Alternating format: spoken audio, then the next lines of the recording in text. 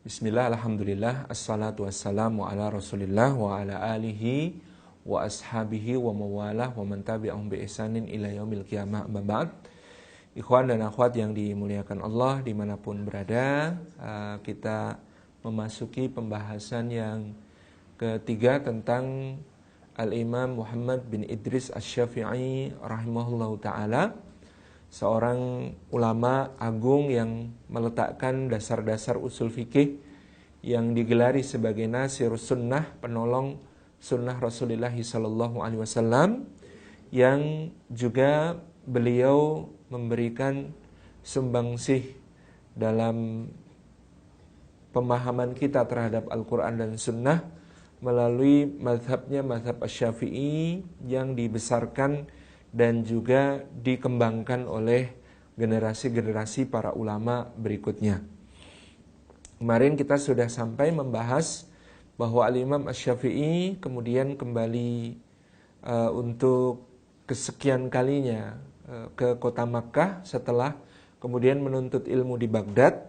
Beliau dari Yaman mendapatkan fitnah, lalu harus menghadapi mahkamahnya Harun ar-Rasyid, di mana ketika 10 tokoh Syiah Rafidhah dihukum mati di hadapan Harun ar-Rasyid, justru Al-Imam Muhammad bin Idris Asy-Syafi'i rahimahullah ta'ala mendapatkan simpati besar dari Harun ar-Rasyid di dalam diskusi yang mereka lakukan, sampai dikisahkan Harun ar-Rasyid yang semula duduk di atas singgasana sampai akhirnya duduk di lantai menyimak apa yang disampaikan oleh Imam Syafi'i dalam diskusi.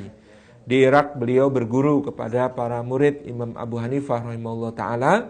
Ada Imam Muhammad bin Hasan As-Syaibani, ada Imam Al-Qadhi Abu Yusuf, dan beberapa ulama yang lain yang kemudian memperkaya hasanah Imam As-Syafi'i di dalam fikih, sampai beliau akhirnya kemudian memberikan sebuah pengakuan yang luar biasa tentang Al-Imam Abu Hanifah. Semua orang dalam fikih itu ayalun li Abi Hanifah, orang-orang semuanya berhutang atau akan menjadi keluarga dari Abu Hanifah di dalam soal fikih.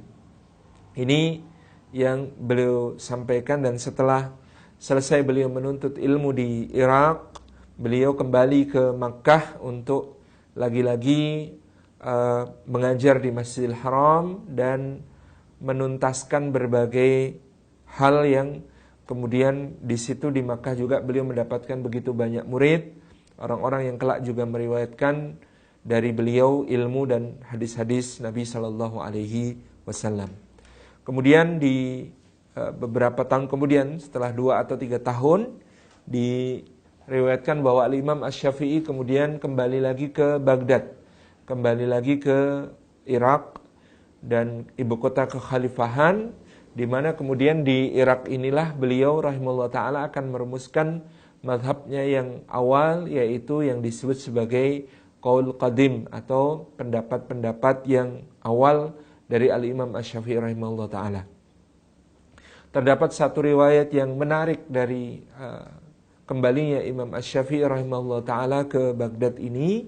Di antaranya dikisahkan bahwa beliau rahimahullah ta'ala orang yang sangat wara, yang sangat zuhud, yang sangat menjaga diri, sehingga ketika beliau dalam perjalanan dari Makkah menuju ke Baghdad ini, beliau sangat menjaga diri dari memakan makanan yang haram dan juga syubhat. Disampaikan bahwa pada satu saat Imam Syafi'i menyampaikan kepada murid-muridnya, dia menginginkan satu jenis makanan, begitu tiba di perkampungan berikutnya, di satu tempat perhentian, ternyata disuguhkan untuk beliau makanan seperti yang beliau inginkan, seperti yang beliau kehendaki. Tetapi justru di saat seperti itu beliau tidak mau memakannya. Kemudian murid-muridnya bertanya, mengapa demikian? Karena Al-Imam Asy-Syafi'i kemudian mengatakan, sungguhnya ketika aku melihat makanan itu, diriku menjadi sangat sekali menginginkannya. Keinginannya itu sangat besar untuk memakannya, maka aku khawatir yang demikian itu adalah dorongan dari hawa nafsu serta syaitan, dan makanan itu jika aku makan akan menimbulkan dampak yang buruk kepada diriku. Jadi kalau hawa nafsu terhadap sesuatu berlebihan, maka ini salah satu hal yang sangat dijaga oleh Imam Syafi'i, kehati-hatian beliau. Kalau kita keinginannya pada sesuatu itu berlebihan gitu ya, bergelora gitu ya, sangat-sangat ingin, sangat-sangat berhasrat, maka justru kita harus mencurigai sesuatu tersebut, jangan-jangan dia adalah sesuatu yang tidak baik bagi kita. Sedemikian ini Imam Asy-Syafi'i menjaga dirinya, jadi sebenarnya sangat menginginkan, tetapi begitu berhadapan, keinginannya sangat besar, menggebu-gebu, maka kemudian beliau urungkan, karena ini adalah satu hal yang justru bisa jadi berasal dari dorongan hawa nafsu, dan inna nafsa la'ammaratun bisu', pada dasarnya hawa nafsu itu selalu memerintahkan menuju keburukan. Ini yang beliau pegang ayat Al-Quran dalam surah Yusuf, inna nafsa la'ammaratun bisu'. Apalagi kalau itu ditunggangi oleh syaitan, sehingga kemudian akan menimbulkan dampak buruk dari makanan tersebut. Satu hal yang ditanamkan oleh ibundanya sejak kecil tentang kehati-hatian terhadap menjaga asupan sangat dijaga pula oleh Al-Imam Asy-Syafi'i rahimahullah ta'ala sampai usia dewasanya. Demikian pula ini menjadi salah satu tips beliau ketika beliau menyampaikan, diantaranya dikutip dari beliau rahimahullah ta'ala, apabila engkau dihadapkan pada beberapa pilihan yang menurutmu semuanya baik, jadi menurut akal sehat, menurut pandangan secara zahir, menurut apa-apa yang kita saksikan sebagai satu yang objektif, ini dianggap sama-sama baik kesemuanya. Kalau semuanya sama-sama baik, maka apa yang harus dilakukan? Kita bingung mau milih di manakah terletak ridhonya Allah Subhanahu wa taala. Maka beliau memberikan tips, maka pilihlah olehmu yang paling menyelisih hawa nafsumu. Itu ya, si hawak, selisihilah hawa nafsumu, karena inna nafsa la'ammaratun bisu', karena hawa nafsu itu yang menyuruh kepada keburukan. Dalam aplikasinya misalnya memilih jodoh gitu ya, kita dihadapkan pada pilihan semuanya wanita solihah, semuanya pegiat dakwah, semuanya orang-orang yang kemudian sangat terjaga dalam berbagai halnya, dalam kehidupan kesehariannya, orang-orang yang taat, orang-orang yang salih-salihah gitu ya. Maka apa yang kita lakukan, kata Imam Syafi'i, tipsnya adalah memilih yang paling diselisih oleh hawa nafsu, yang paling tidak diinginkan oleh hawa nafsu. Karena yang paling diinginkan oleh hawa nafsu bisa jadi yang paling mengandung bahaya yang paling besar. Ini diantara wasiat beliau rahimahullah ta'ala. Kemudian Imam Asy-Syafi'i dan beberapa muridnya melanjutkan perjalanan. Ada satu riwayat yang lain yang menyebutkan satu saat beliau di perjalanan itu di atas unta tetap sambil menulis, gitu ya, Masya Allah, tetap sambil menulis. Kemudian penanya ini jatuh. Ketika penanya ini jatuh, maka seorang murid mengambilkan untuk beliau. Ketika beliau menerima kembali penanya dan mengucapkan terima kasih, beliau mengambil dari kantongnya semua uangnya itu dalam dalam bentuk dinar, itu diberikan kepada orang tersebut. Kalau tidak salah sekitar 12 atau 15 dinar itu langsung diberikan kepada orang yang mengambilkan pena tersebut. Orang-orang bertanya, cuma mengambilkan pena kok kemudian Anda memberikan begitu banyak balasan untuk dia? Kata Imam Asy-Syafi'i, aku ini orang yang bisa sukanya membalas kebaikan dengan apa yang aku mampu. Ketika itu mampuku sebegitu, ya itu yang aku berikan. Ini diantara contoh kedermawanan beliau rahimahullah ta'ala. Demikian pula beliau diriwayatkan pernah keluar dari majelisnya Harun ar-Rasyid itu dengan dicukupi kebutuhannya, diberikan satu kantong uang senilai 100.000 dirham pada satu saat gitu ya.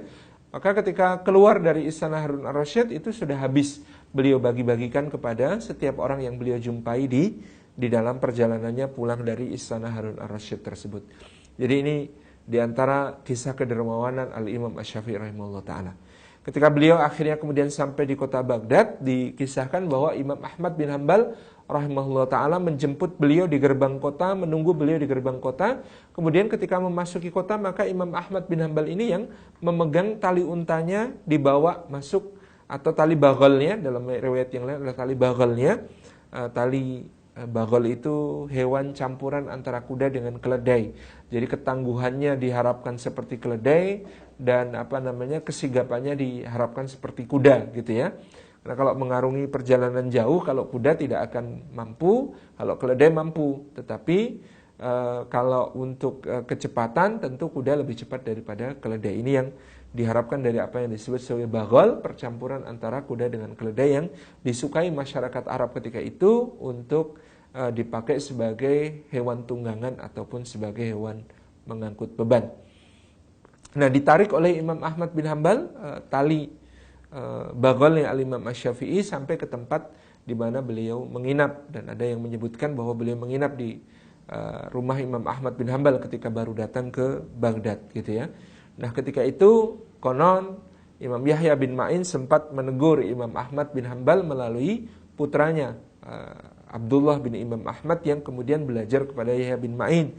Kata Yahya bin Ma'in kepada Abdullah, sampaikan kepada ayahmu janganlah dia menghinakan ilmu dan keutamaan yang ada padanya. Syafi'i ini hanyalah seorang ahli fikih, sementara ayahmu adalah seorang ahli hadis. Maka janganlah ayahmu merendahkan diri dengan membawa baghal, tali baghalnya Syafi'i ke dalam kota. Kemudian ketika hal itu disampaikan kepada Imam Ahmad bin Hambal, maka Imam Ahmad mengatakan kepada putranya, wahai nak, sampaikan kepada gurumu Yahya bin Ma'in bahwa sesungguhnya kalau dia ingin kemuliaan seperti yang aku dapatkan, marilah kemari, aku pegang tali baghalnya Imam Syafi'i di sebelah kiri, biar dia memegang di sebelah kanan. Disitulah akan engkau dapati kemuliaan, gitu ya.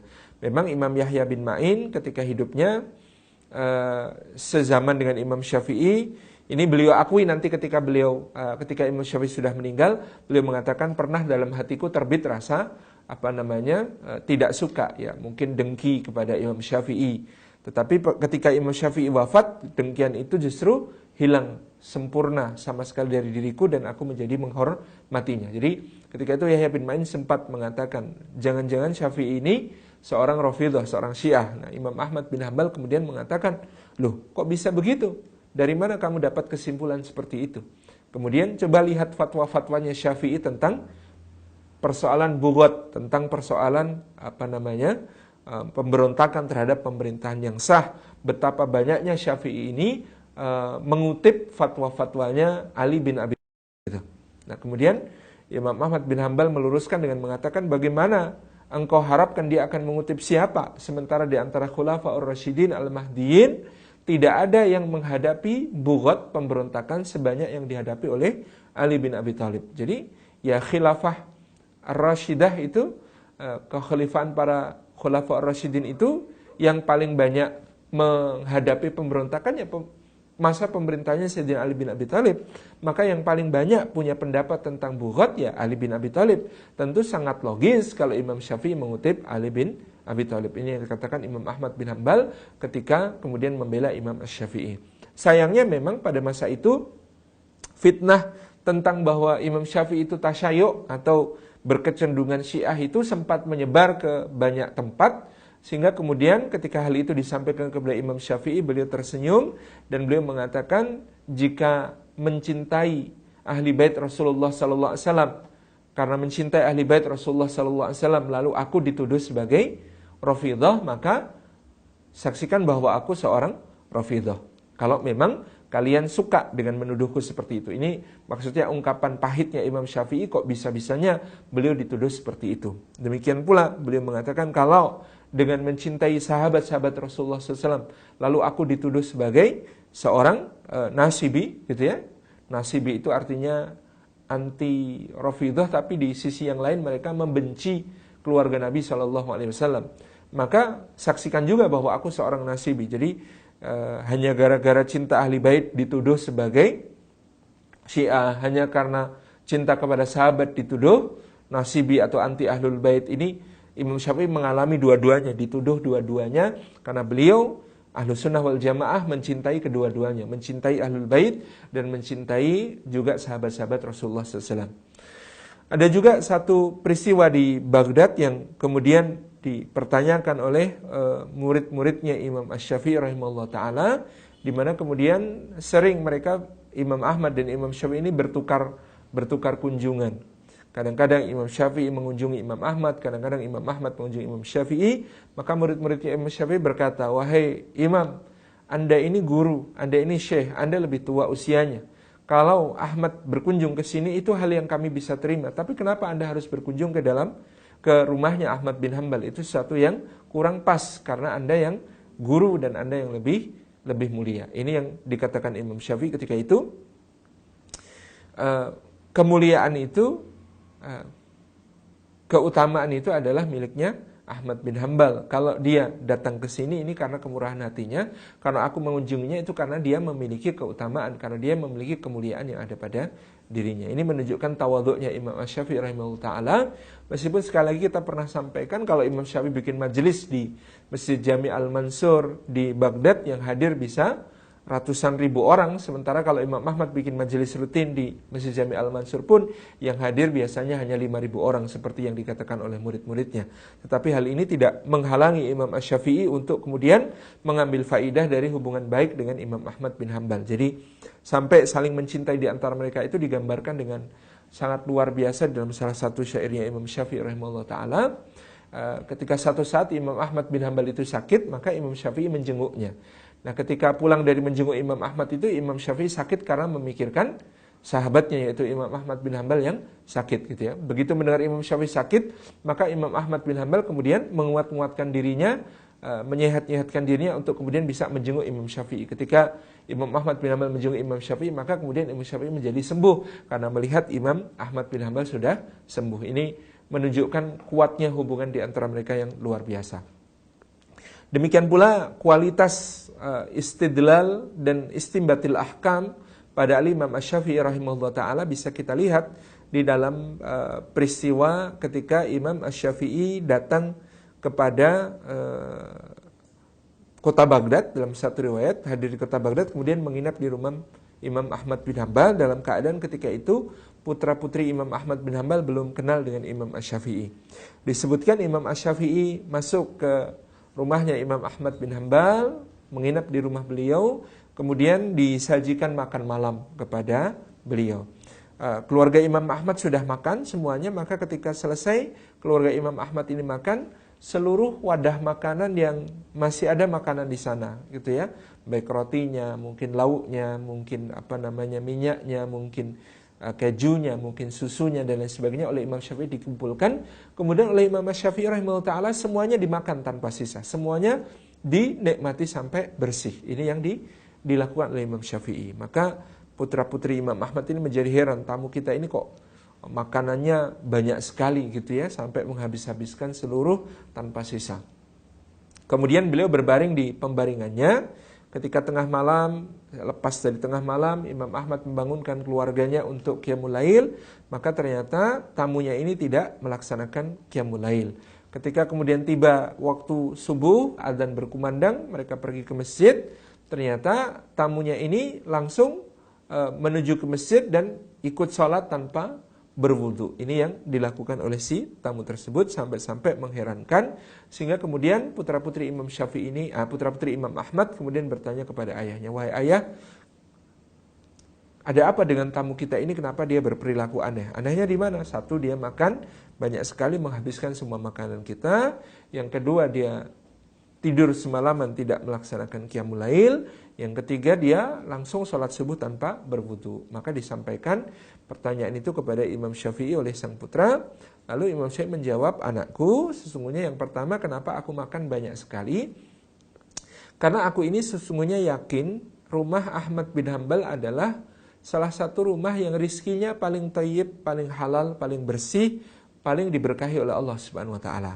Maka aku tidak akan menyia-nyiakan kesempatan, sehingga ketika tadi kalian selesai makan, semua makanan yang tersisa aku ambil tabarrukan sebagai caraku untuk mencari berkah, karena ini adalah rumah yang rizkinya bersih, yang rizkinya halal, yang rizkinya diberkahi oleh Allah Subhanahu wa ta'ala. Yang kedua, kenapa aku tidak qiyamul lail? Karena aku tahu dari ayahmu ada sebuah hadis menyebutkan bahwa ayatun minal ilmi khairum min alfi rak'atin tatawwu'an. Satu ayat dari ilmu itu lebih penting daripada 1000 rakaat, lebih utama daripada, lebih baik daripada 1000 rakaat salat sunnah. Kemudian, kenapa aku salat subuh tanpa berwudu? Karena sesungguhnya menghemat air itu termasuk kebaikan, gitu ya. Sehingga aku tadi dari waktu setelah Isya, wuduku Isya masih bertahan sampai wuduku subuh karena semalaman aku memikirkan satu hadis dan aku bisa menyimpulkan dalam satu riwayat disebut 1000, ada yang mengatakan 100, ada yang mengatakan 70, atau ada yang mengatakan 700. Dari satu hadis pendek aku telah merumuskan sekitar 70 atau 700 atau 1000 kesimpulan hukum. Ini yang kemudian dikatakan oleh Imam Syafi'i kepada putra. Jadi sepanjang malam itu tidak tidur meskipun berbaring, tetapi memikirkan satu hadis, dan dari satu hadis ini beliau merumuskan kesimpulan hukum yang sangat banyak. Hadis yang renungkan Imam Syafi'i pada malam itu menurut satu riwayat adalah hadis Rasulullah SAW bersabda kepada putra Abu Talha yang masih kecil namanya Abu Umair. Beliau SAW mengatakan, "Ya Aba Umair, ma fa'alan nughair." Wahai Abu Umair, ma fa'alan nughair, apa yang dilakukan oleh an-nughair. An-nughair ini adalah burung kecil yang dipelihara oleh Abu Umair. Dari hadis yang pendek ini, ya Aba Umair ma fa'alan nughair, apa yang Aba Umair, apa yang dilakukan oleh burung kecilmu itu Imam Syafi'i merumuskan begitu banyak kesimpulan hukum. Apa di antaranya kesimpulan hukumnya? Yang pertama, bolehnya atau mubahnya memanggil seorang anak kecil yang belum punya anak dengan kunyah. Kunyah itu memanggil aslinya dengan nama anak. Misalnya kalau ada seorang bapak namanya Abdullah, kemudian punya anak namanya Muhammad, maka dia dipanggil sebagai Abu Muhammad, itu namanya kunyah. Ada seorang bapak namanya Muhammad, anaknya namanya Ibrahim, maka dia dipanggil sebagai Abu Ibrahim, itu namanya kunyah. Nah, kunyah itu biasanya dipergunakan orang Arab untuk memanggil orang yang sudah punya anak dengan nama anaknya. Tetapi Rasulullah SAW ternyata memanggil seorang anak kecil yang jangankan berkeluarga dan menikah, dia belum sama sekali, itu dengan sebuah kunyah, yaitu Abu Umair. Ya Aba Umair, wahai bapaknya Umar kecil, itu ya panggilan Rasulullah SAW kepada anak ini. Kemudian beliau Imam Syafi'i merumuskan hukum, diantaranya hukum bahwa memelihara binatang peliharaan itu boleh, tetapi dengan syarat tertentu. Di antara syaratnya diwajibkan untuk memberi makan, memberi minum, gitu ya, sesuai dengan apa yang menjadi kebiasaan makan dan minumannya. Kemudian dibolehkannya untuk masuk ke alam imajinasi anak-anak. An-Nughair, burung kecil ini sudah mati, tetapi Rasulullah SAW ingin memancing imajinasi anak ini, Abu Umair, dengan menanyakan, ya Aba Umair ma fa'alan Nughair, dan sebagainya. Jadi Imam Asy-Syafi'i terbiasa mengolah satu dalil untuk kemudian disimpulkan berbagai istinbatul ahkam yang sangat banyak tentang hukum-hukum berbagai macam hal. Itu bisa dinilai dari satu hadis. Misalnya sangat masyhur, misalnya Imam Asy-Syafi'i merumuskan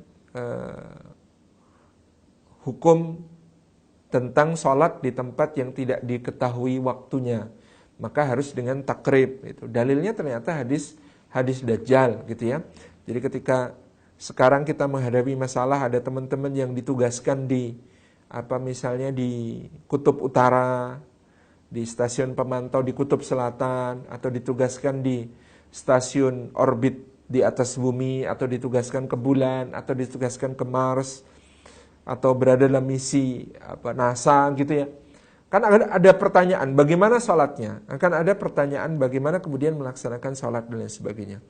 Ternyata kita mungkin tidak akan mendapati jawaban hukumnya itu dengan hadis yang langsung secara tersurat menyebutkan hal itu. Tetapi kita dengan kaidah-kaidah yang diwariskan Imam Syafi'i, kita bisa kemudian merumuskan hukumnya berdasarkan hadis-hadis yang lain yang kadang-kadang tampaknya tidak ada hubungannya. Contoh, hadis Dajjal itu kan berbunyi, salah satunya hadis tentang Dajjal itu ada Rasulullah SAW bersabda bahwa Dajjal akan tinggal di antara kalian selama 40 hari. 10 hari pertama, hari-harinya seperti setahun. 10 hari kedua, hari-harinya seperti sebulan. 10 hari ketiga, hari-harinya seperti sepekan. Dan 10 hari keempat, hari-harinya seperti hari kalian ini. Nah, alhamdulillah, pada saat itu ada sahabat yang bertanya. Dia bertanya begini, ya Rasulullah, bagaimanakah sholat kami ketika hari-hari itu terasa setahun? Apakah sholat kami itu sesuai dengan waktunya? yaitu hari-hari terasa setahun, ya sudah, meskipun terasa setahun itu ya tetap sholatnya sesuai jadwal matahari. Ya, sholat subuh, baru 3 bulan kemudian sholat duhur gitu ya. Kemudian 1,5 bulan kemudian sholat asar gitu. Apakah seperti itu?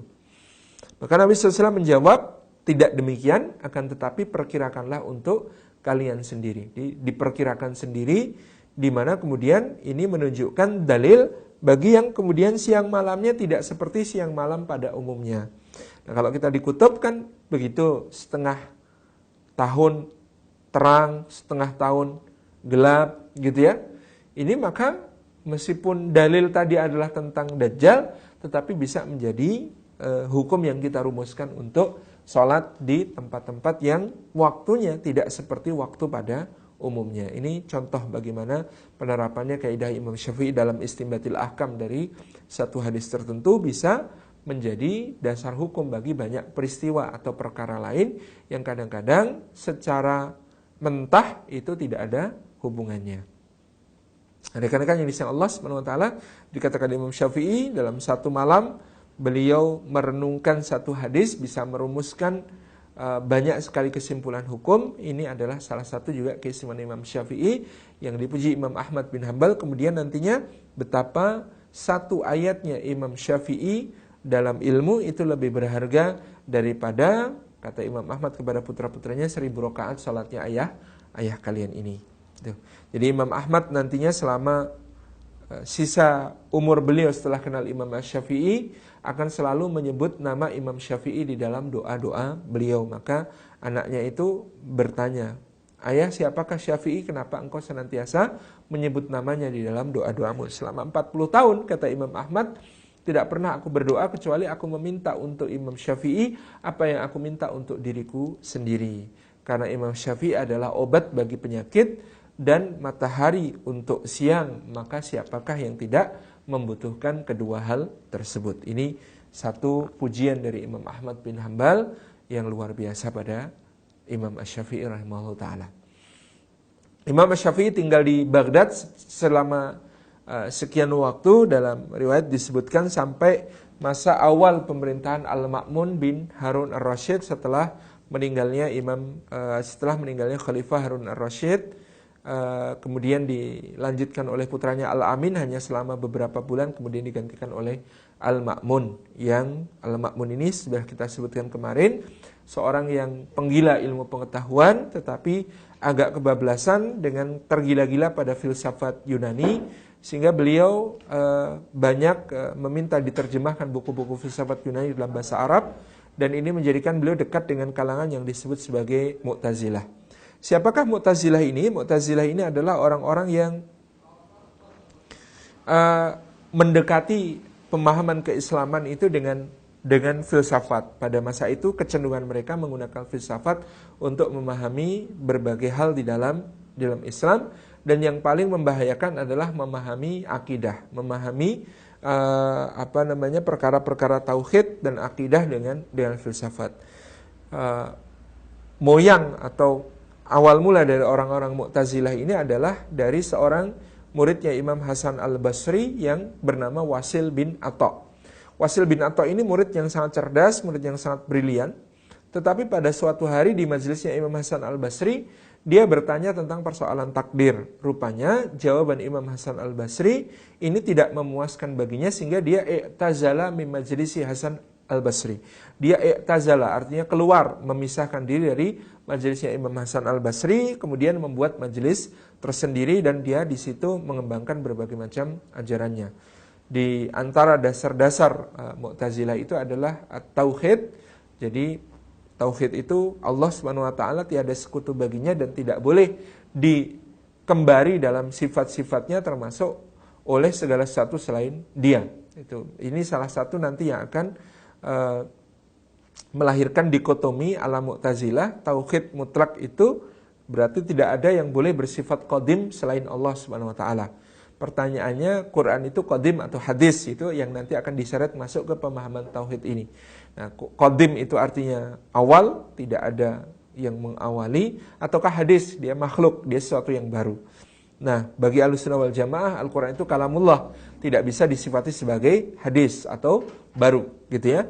Tetapi oleh Mu'tazilah, segala sesuatu yang bukan Allah itu harus makhluk. Segala sesuatu yang bukan pencipta itu harus diciptakan. Itu teori dikotomi Mu'tazilah untuk memahami tauhid. Ini yang akan jadi fitnah besar nanti di masa Abbasiyah. Karena bagi Ahlussunnah wal Jamaah, Al-Quranul Karim itu tidak usah dimasukkan ke dikotomi qadim atau hadis, tapi dia adalah kalamullah. Itu ya. Kemudian yang berikutnya, dasar pemikirannya Mu'tazilah diantaranya adalah tentang al-mangzilah bainal mangzilatain, misalnya gitu ya, al-adalah, ada keadilan Allah Subhanahu wa taala, dan konsekuensi dari keadilan Allah itu nanti ada tempat di akhirat yang namanya al-mangzilah bainal mangzilatain. Ada tempat di antara dua tempat, ada surga, ada neraka. Kan kalau bagi Ahlussunnah wal Jamaah, orang yang masuk surga itu bukan karena amal solehnya semata-mata, tetapi karena rahmatnya Allah Subhanahu wa ta'ala. Ketika dia beriman kepada Allah dan beramal soleh sejauh kemampuannya, maka kemudian dia mendapatkan kasih sayang Allah untuk dimasukkan ke dalam surga. Adapun orang-orang yang ingkar dan melakukan banyak dosa, maka mereka di neraka. Ini bagi Ahlussunnah wal Jamaah. Bagi Mu'tazilah, maka ya ada orang beramal soleh, ada orang beramal salah, gitu ya. Maka orang yang amalnya soleh, itu kalau amal solehnya lebih banyak daripada amal salah, masuk surga. Kalau amal salahnya lebih banyak daripada amal soleh, masuk neraka. Bagaimana kalau amal soleh dan amal salahnya impas? Nah, itu harus ada keputusannya. Maka bagi yang amal soleh dan amal salahnya impas itu, menurut Mu'tazilah ada al-mangzilah bainal mangzilatain. Ada tempat di antara dua tempat. Ya, tidak dapat siksa tapi tidak dapat nikmat. Itu logika-logika yang kemudian masuk di dalam pemahaman Mu'tazilah, yang kemudian memahami Al-Quran dan Sunnah, memahami teks-teks ayat dan hadis-hadis Rasulullah SAW dengan filsafat. Ini yang kemudian menjadi fitnah besar, karena Khalifah Al-Ma'mun bin Harun Ar-Rasyid ini salah satu pembela Mu'tazilah yang gigih, termasuk dalam doktrin khalqul Quran atau kemakhlukan Al-Quran. Nah, Al-Imam Asy-Syafi'i rahimahullah ta'ala selama di Baghdad, beliau merumuskan qaul qadim, pendapat-pendapat beliau dalam soal fikih sesuai dengan keberadaan masyarakat Irak, sesuai dengan keadaan masyarakat yang ada yang beliau hadapi di Irak yang rumit. Makanya qaul qadim itu terkenal dengan logika-logika yang juga rumit untuk menjawab persoalan-persoalan masyarakat yang rumit di Irak, gitu ya. Nah, termasuk ya ada bagian-bagian yang guyonannya seperti pertanyaan kemarin terhadap Imam Syafi'i, bagaimana kalau seorang suami bersumpah setelah istrinya memasukkan makanan ke mulutnya, kalau makanan itu kau telan ataupun kau muntahkan, maka kamu tercerai. Nah, persoalan-persoalan seperti ini nih khas persoalan Irak. Jadi yang usil-usil fikihnya itu ya persoalan masyarakat Irak. Ini yang nanti akan berbeda dengan yang beliau hadapi di Mesir, yang masyarakatnya pada zaman itu disebut lebih halus hatinya, lebih lembut perangainya, gitu ya. Mereka orang-orang yang kemudian mengamalkan agama dengan semangat yang besar, gitu ya.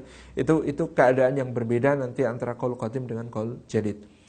Al-Imam Asy-Syafi'i rahimahullah ta'ala kemudian pindah ke Mesir ketika beliau melihat ada suasana yang tidak kondusif di Baghdad, ketika para ulama, gitu ya, mulai dipaksa untuk merapat ke kalangan Mu'tazilah, di mana Ahmad bin Abi Du'ad, seorang tokoh utama Mu'tazilah ini dijadikan oleh Al-Ma'mun bin Harun Ar-Rasyid sebagai Qadhi al-Qudat atau Hakim Agung Negara. Jadi Ahmad bin Abi Du'ad ini yang nanti akan kemudian menjadi orang yang banyak menzalimi Imam Ahmad bin Hanbal rahimahullah ta'ala di akhir masa hidup beliau.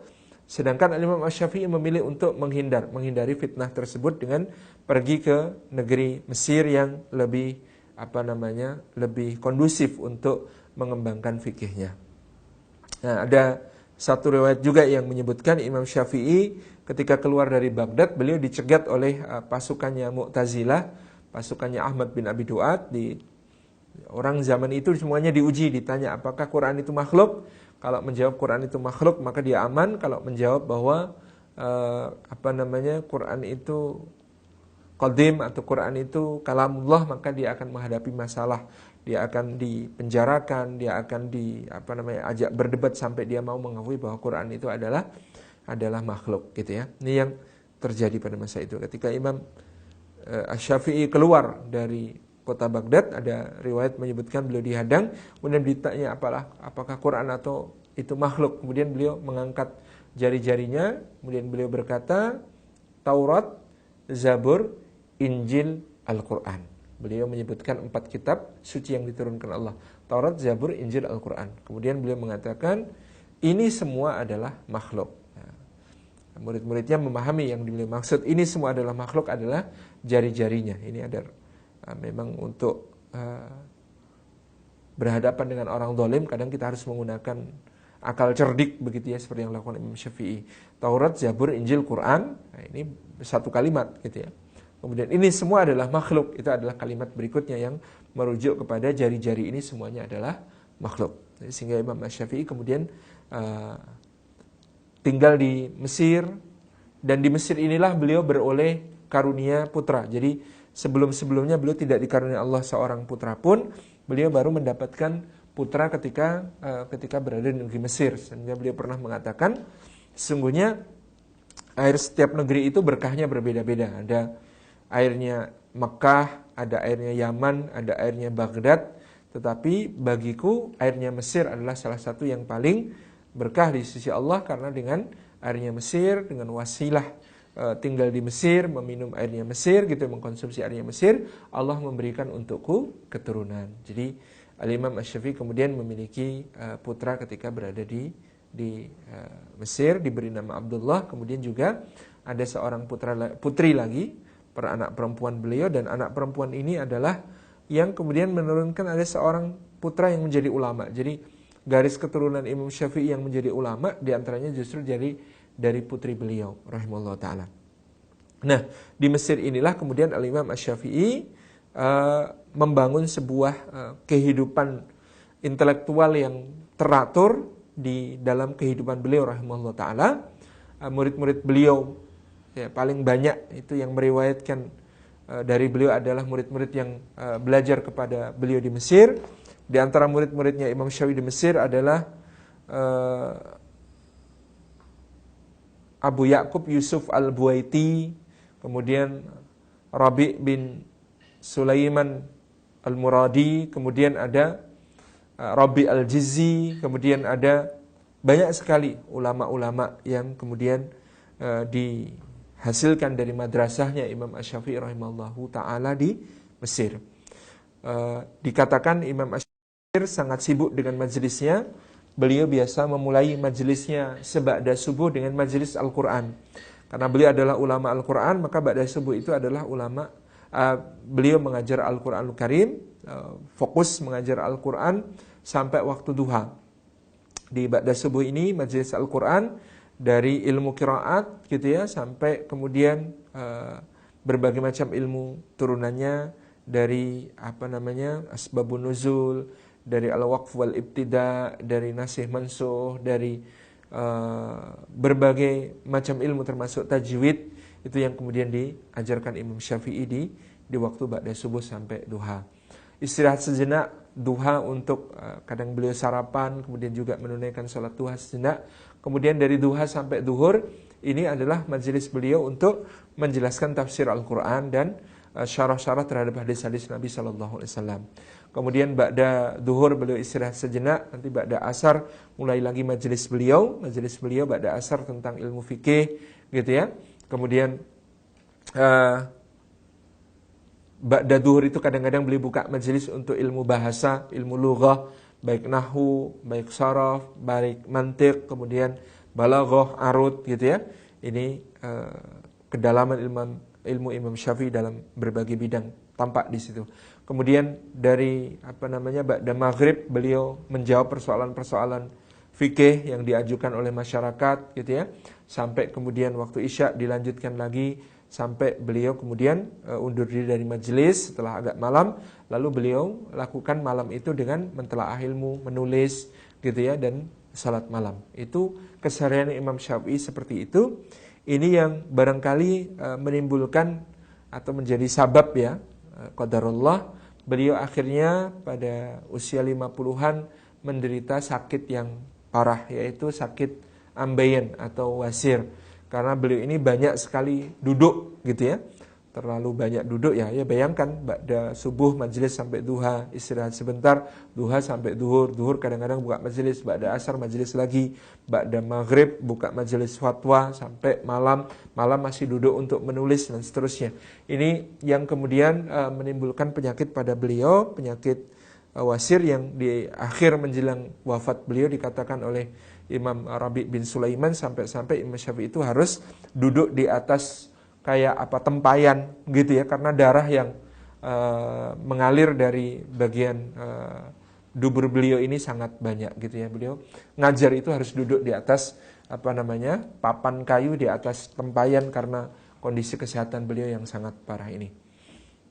Al-Imam Asy-Syafi'i rahimahullah ta'ala, rekan-rekan yang disayang oleh Allah subhanahu wa ta'ala, juga kemudian banyak berdiskusi dengan ulama-ulama di negeri Mesir dan Afrika Utara yang kemudian juga datang dari berbagai penjuru menuju ke Mesir, bertemu dengan beliau, berdebat ataupun berdiskusi.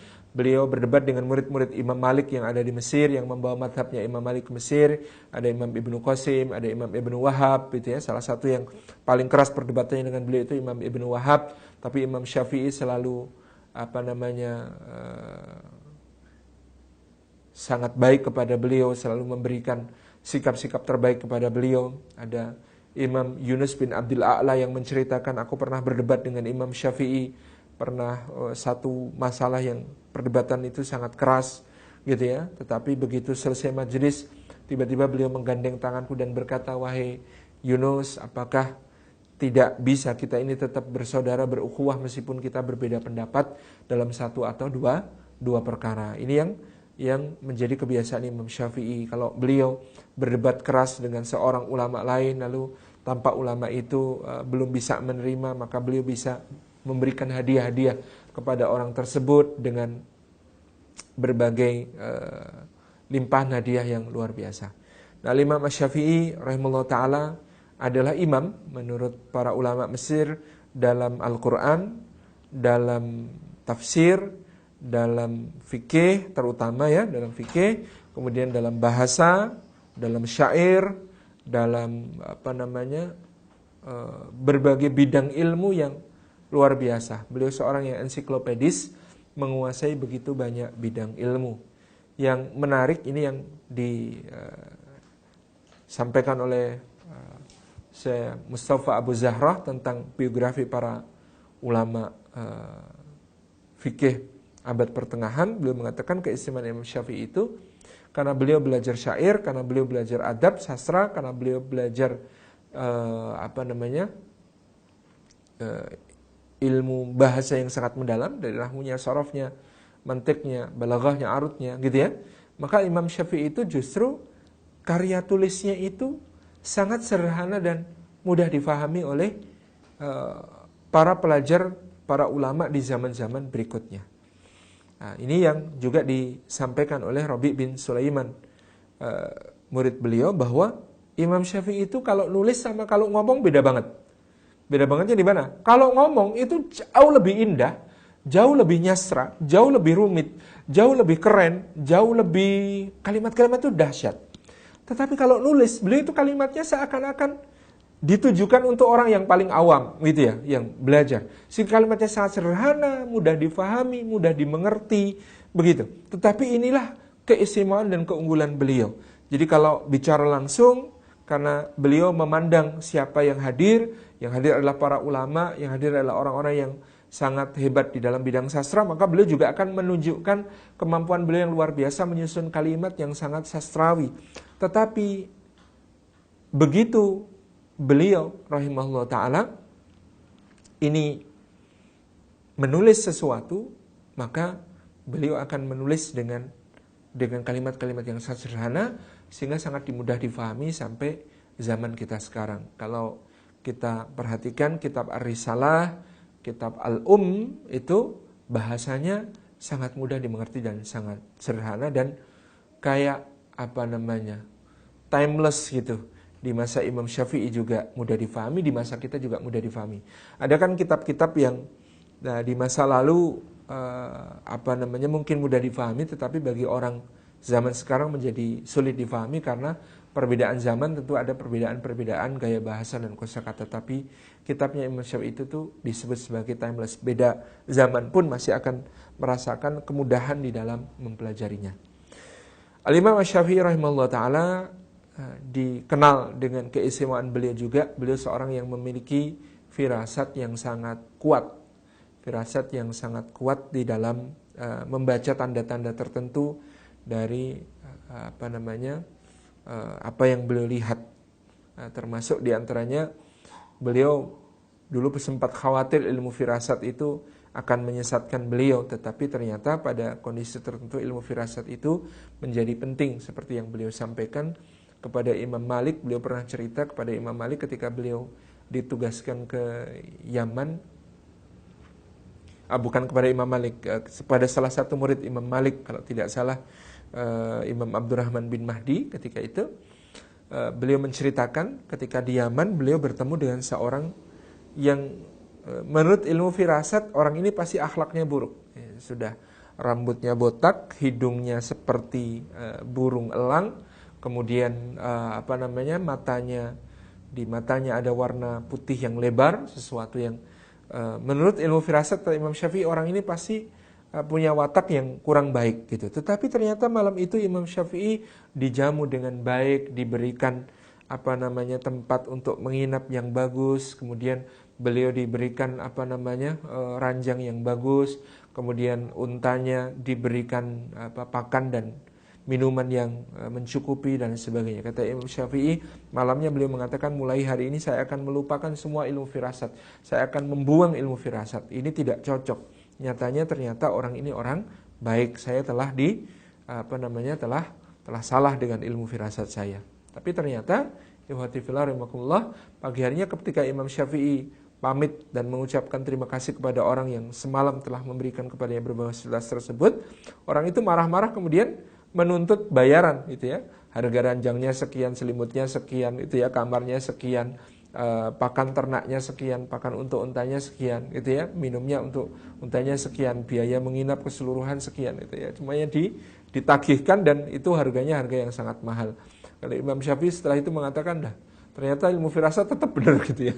Yang tadi semula saya sudah mendustakan ilmu firasat, gara-gara kejadian pagi itu ternyata kok kepake lagi. Nah, maka Imam Syafi'i rahimahullah ta'ala ini kadang-kadang memberi fatwa kepada orang juga sangat memperhatikan bagaimana orang tersebut keadaannya. Di satu saat Rabi' bin Sulaiman itu di majelis Imam Syafi'i keluar duluan, dia melihat ada orang menulis dengan malu-malu kemudian menitipkan surat. Surat itu tolong disampaikan kepada Imam Syafi'i. Kemudian oleh Rabi' bin Sulaiman disampaikan, kemudian Imam Syafi'i menulis jawaban.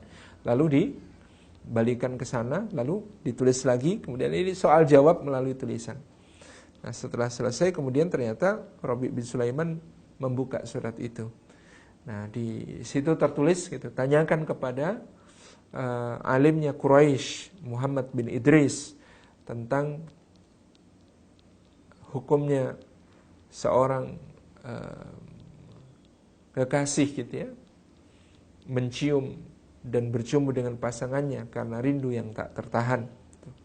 Dan kalau dibaca ke bawah tanpa konteks itu, ini kok sesuatu yang tidak pantas hal seperti ini dibahas. Itu jelas orang haram, orang karena rindu begini-begini. Kemudian Imam Syafi'i diprotes oleh muridnya ini, kok kayak begini ini kan nggak pantas itu ya. Kamu salah loh.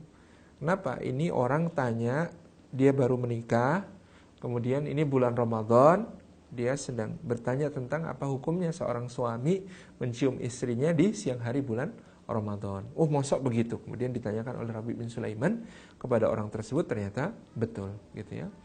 Kemudian di antara maziyahnya Imam Syafi'i yang lain tentang ilmu firasat itu pernah disebutkan, dia ditantang untuk nebak apa profesi orang yang baru lewat itu. Kemudian Imam Syafi'i mengatakan, kalau bukan tukang kayu maka dia penjual garam. Itu. Kemudian dikejar orangnya, ditanya, kamu profesinya apa? Saya dulu tukang kayu, tapi sejak saya kecelakaan saya sudah nggak bisa nukang lagi, sekarang saya jualan garam. Jadi ternyata kata Imam Syafi'i, kalau bukan tukang kayu maka dia penjual garam. Ternyata betul gitu ya. Dulunya tukang kayu, lalu kecelakaan, kemudian menjadi seorang penjual garam. Masya Allah. Jadi ini Al-Imam Asy-Syafi'i rahimahullah ta'ala seorang yang istimewa dalam segala sisi hidupnya, ketawaduannya, akhlaknya yang mulia, dan lain sebagainya. Sampai Imam Ahmad pernah mengatakan, kalau ada orang berdebat dengan Asy-Syafi'i maka aku akan kasihan. Kasihan karena apa? Kasihan pertama karena dia pasti akan, kalaupun dia kalah, tidak Syafi'i kalah dalam argumentasinya, pasti orang itu justru kelihatan dia seorang yang bodoh dan memaksakan, bukan karena Syafi'i kalah pintar itu. Atau kalaupun Syafi'i kalah dalam argumentasi, orang itu tak akan menang dari Syafi'i dalam soal kedermawanan dan akhlaknya yang rendah hati. Jadi orang yang mengalahkan dalam debat dianggap memberi ilmu gitu ya. Pernah Ishaq bin Rahawayh itu berdebat dengan Imam Syafi'i rahimahullah ta'ala. Kemudian Imam Syafi'i terdiam karena seakan-akan tidak bisa lagi menjawab apa yang dipertanyakan oleh Ishaq bin Rahawayh. Tetapi Imam Syafi'i kemudian memperlakukan Ishaq dengan luar biasa baiknya, dengan tawadhu, dengan akhlak yang mulia. Di akhir cerita, ternyata nantinya Ishaq bin Rahawayh ini akan berpendapat dengan pendapat-pendapatnya Imam Asy-Syafi'i. Jadi justru dulu dia menang debat dengan Imam Syafi'i, tetapi nanti ketika kemudian dia memutuskan perkara dalam soal yang diperdebatkan itu, beliau akan memakai pendapatnya Imam Asy-Syafi'i rahimahullah ta'ala. Ini menunjukkan keagungan Imam Syafi'i dalam atharnya kepada orang-orang yang pernah berhubungan dengannya. Termasuk yang kita sebut tadi, Yahya bin Ma'in, yang kemudian nanti akan mengatakan, Anda pernah mengkritik Imam Syafi'i begini-begini, bagaimana pendapat Anda sekarang tentang Syafi'i? Subhanallah, anakku, jangan sebut-sebut lagi karena aku sudah malu tentang hal ini. Asy-Syafi'i itu seandainya berdusta itu halal, niscaya dia tidak akan berdusta, karena baginya dia itu akan menurunkan muru'ahnya, menurunkan kehormatannya. Kalau berdusta itu halal, maka Asy-Syafi'i tidak akan berdusta, karena dia pasti akan takut berdusta yang meskipun halal itu akan menurunkan harga dirinya, muru'ahnya. Itu ungkapan tentang Imam Asy-Syafi'i rahimahullah ta'ala. Kemudian yang berikutnya,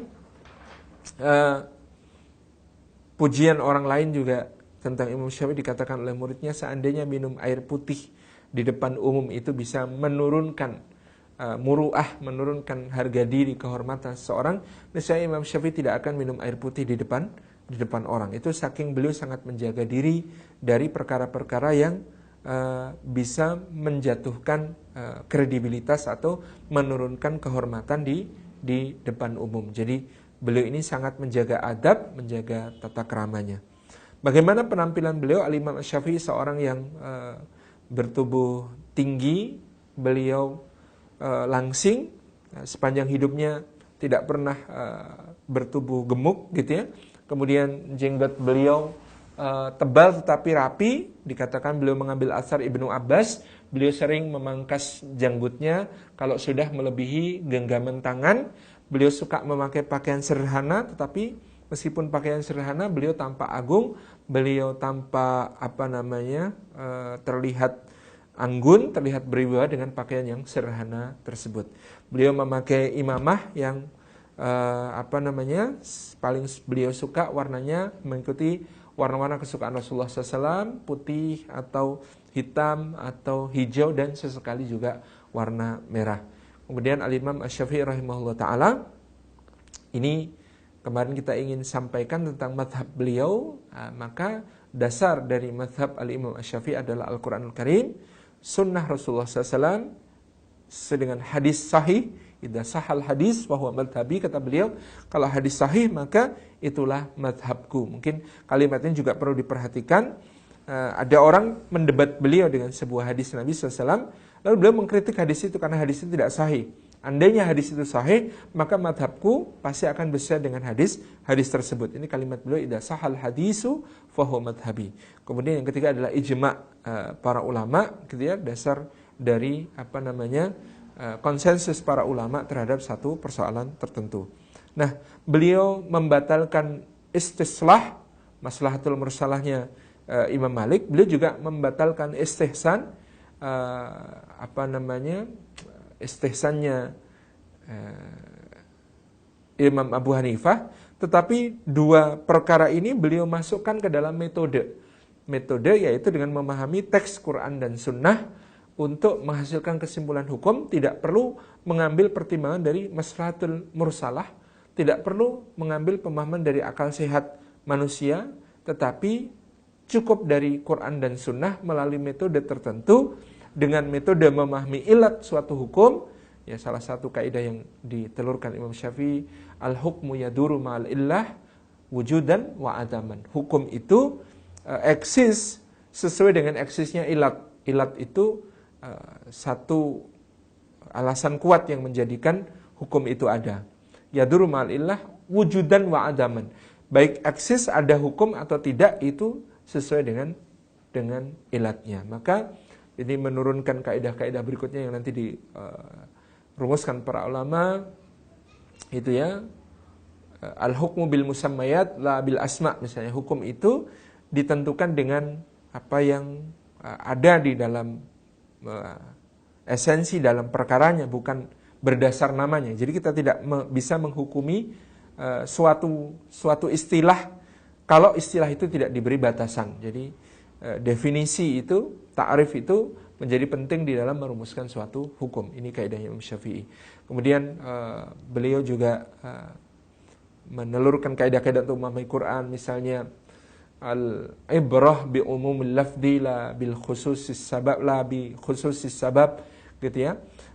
Hukum diambil dari keumuman lafadznya, tidak tergantung pada kekhususan sebab turunnya suatu ayat, gitu ya. Kecuali kalau lafadznya khusus, maka lafadz khusus itu bisa diperhatikan apakah dia dimaksud umum ataukah dia dimaksud juga khusus, atau lafadz umum apakah yang dimaksud adalah makna khusus ataukah makna umum dan sebagainya. Ini dirumuskan oleh Imam Syafi'i kaidah-kaidahnya untuk memahami teks Quran maupun Sunnah, sehingga kemudian orang tidak lagi perlu mencari-cari hukum hanya berdasarkan spekulasi, tetapi kembali kepada teks Quran, Sunnah dan ijma'. Dari situ menurut Imam Syafi'i telah selesai. Rasulullah SAW meninggalkan agama ini dalam keadaan lengkap sempurna. Kita tidak akan memerlukan sumber-sumber lain, tetapi kita memerlukan kaidah-kaidah untuk menelurkan hukum-hukum dari sumber-sumber tersebut.